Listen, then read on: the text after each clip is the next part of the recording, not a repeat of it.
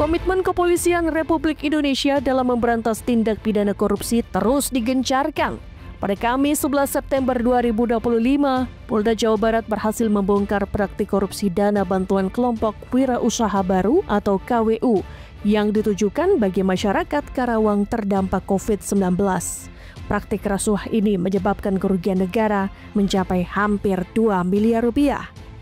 Modus operandi kejahatan ini terbilang sistematis, yakni dengan merekayasa dokumen dan membentuk kelompok fiktif untuk mengelabui pemerintah. Kabid Humas Polda Jawa Barat, Kombes Polisi Hendra Rohmawan menjelaskan bahwa penyidik telah menetapkan 7 tersangka yang merupakan pengurus gabungan kelompok Tani Mekar Tani Bumi atau GKTMT. Dalam operasi pengungkapan ini, Polda Jabar berhasil mengamankan sejumlah barang bukti krusial, termasuk dokumen pengajuan KWU, rekening koran, buku tabungan, hingga uang tunai sebesar 300 juta rupiah, serta 1 unit traktor bajak. Para tersangka kini dijerat dengan pasal 2 ayat 1 dan atau pasal 3 Undang-Undang Pemberantasan Tindak Pidana Korupsi, junto pasal 55 KUHP dengan ancaman pidana penjara maksimal seumur hidup dan denda hingga 1 miliar rupiah. Menegaskan komitmen Polda Jabar dalam memberantas kejahatan kerah putih yang menyalahgunakan dana publik.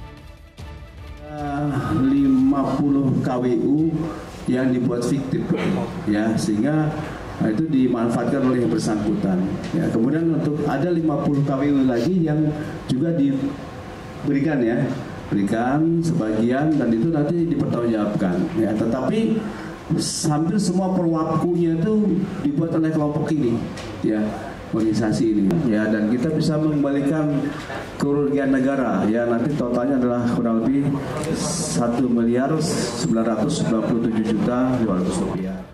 Selain Jawa Barat, praktik rasuah juga terjadi di Sulawesi Tenggara.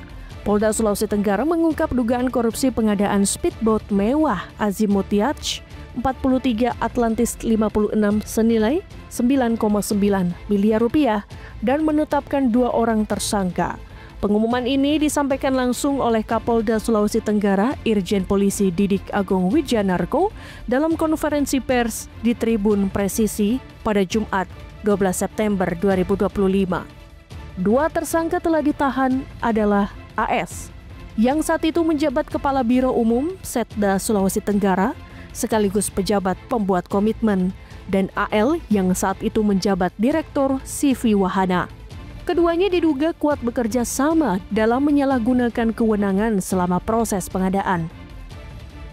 Atas perbuatan tersebut, kedua tersangka dijerat dengan pasal 2 ayat 1 dan pasal 3 Undang-Undang Nomor 20 Tahun 2001 tentang pemberantasan tindak pidana korupsi dan terancam hukuman penjara minimal 4 tahun hingga maksimal seumur hidup dan denda hingga 1 miliar rupiah. Perkara ini saat ini sudah kita tingkatkan yang semula penyelidikan dengan telah diterbitkannya PKKN dari BPKP wilayah Sulawesi Tenggara tanggal 25 Juli 2025 kami tingkatkan menjadi penyidikan bahwa perkara dugaan tindak pidana korupsi pada pengadaan kapal Azimut Yacht 43 Atlantis 56 ini berawal di tahun 2020, di mana Biro Umum Provinsi Sulawesi Tenggara menganggarkan paket pekerjaan belanja modal pengadaan alat-alat angkutan di atas air bermotor penumpang speedboat dengan nilai pagu anggaran sebesar 12 miliar. 181.600.000. Pemberantasan kasus korupsi juga dilakukan oleh Polres Seram bagian Barat Polda Maluku. Pada 13 September 2025, Polres Seram bagian Barat resmi menahan 2 tersangka dalam kasus dugaan korupsi pengelolaan anggaran dana desa dan dana desa Manusa, Kecamatan Inamosul, Kabupaten Seram bagian Barat, Maluku. Kedua tersangka adalah AN alias Alex yang merupakan penjabat Kepala Desa Manusa untuk 4 periode anggaran, yaitu tahun 2017, 2018, 2019, dan 2022. Pelaku adalah AL alias Meli yang menjadi bendahara Desa Manusa periode 2017 hingga 2019. Berdasarkan hasil audit Inspektorat Kabupaten Seram bagian Barat, kerugian keuangan negara akibat penyalahgunaan ini mencapai total fantastis, yakni lebih dari 1,2 miliar lebih yang terakumulasi dari 4 tahun anggaran. AKBP Andi Zulkifli menegaskan bahwa motif utama di balik kejahatan ini adalah untuk memperkaya diri sendiri dan pihak lain secara melawan hukum.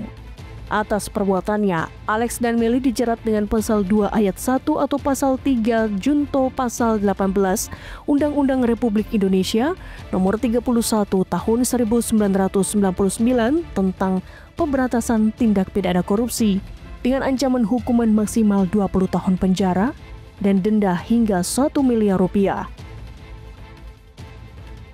Dari pengungkapan kasus-kasus korupsi yang telah dilakukan oleh aparat kepolisian di beberapa daerah ini, menjadi bukti bahwa Polri secara konsisten melakukan investigasi, mengungkap, dan menindaklanjuti kasus-kasus korupsi di berbagai tingkatan. Selain penindakan, upaya pencegahan juga terus digalakan melalui sosialisasi, edukasi, dan penerapan teknologi digital untuk meminimalkan celah korupsi. Komitmen ini menjadi bukti nyata bahwa negara tidak akan pernah berhenti berjuang demi mewujudkan Indonesia yang bersih, transparan, adil, dan sejahtera.